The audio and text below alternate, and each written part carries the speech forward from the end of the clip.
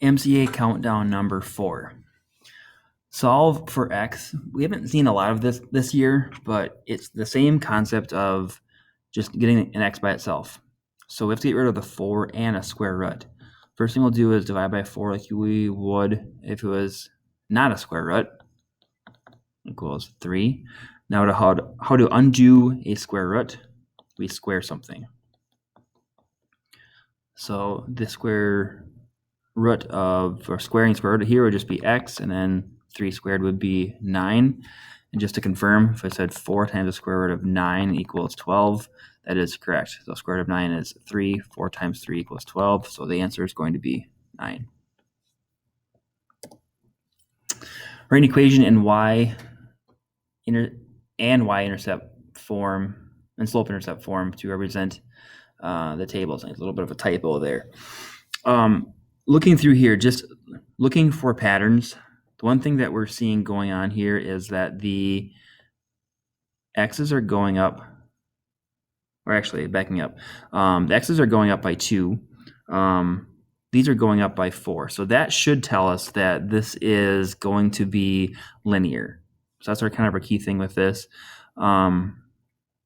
Is it a linear function? I think it's going to be linear.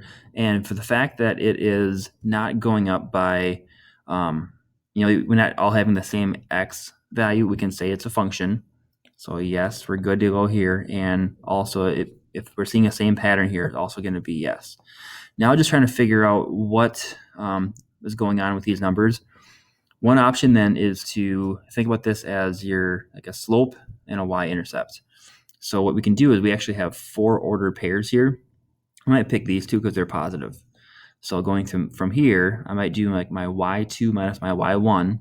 So if I do 12 minus 8, because this is my y, this is my x, over 3 minus 1 would be 12 minus 8 is 4 over 3 minus 1 is 2. So 4 divided by 2 would be 2. So I'm looking at a slope value of 2. So I can cross off A and D. And if we look back through here, I see that this is going up by 2s. So that would make sense why it's a slope of 2. And then from there, we need to find our y-intercept. So it's either going to be 4 or 6. So a couple ways I could look at this. One way I could say here is the y-intercept is going to be when x equals 0. So 0 is halfway between -1 and 1. What's halfway between 4 and 8? It'd be 6. So it's going to be C. The other option that we could use is I could just go back to using my point slope form.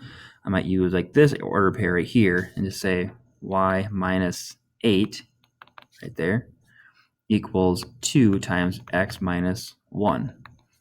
So now 2 times x is 2x minus 2. Y minus 8 equals 2x minus 2. Add 8 to both sides. Those cancel. -2 plus 8 would be 6. So that does work out. It confirms that it's going to be C.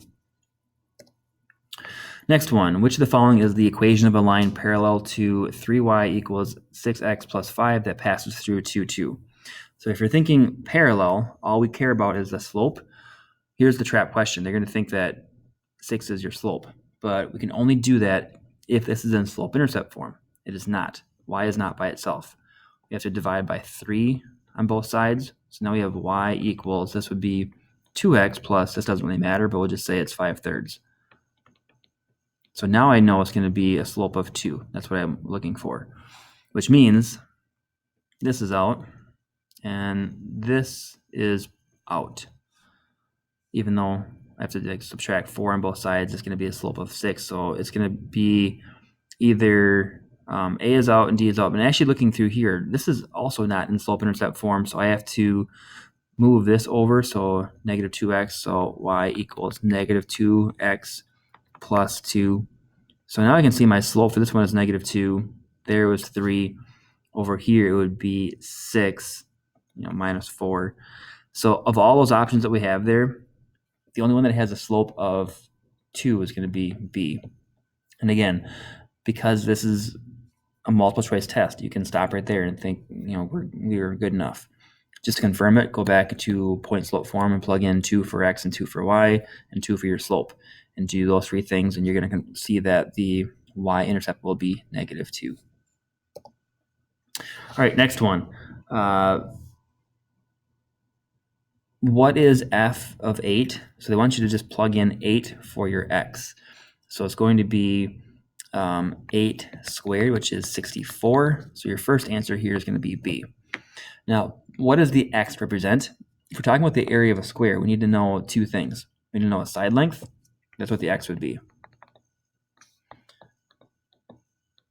We also need to know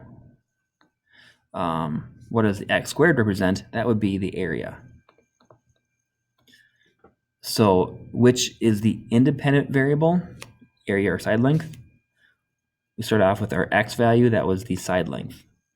And then the result of our function would be the dependent variable, so that's going to be the area. And why is that?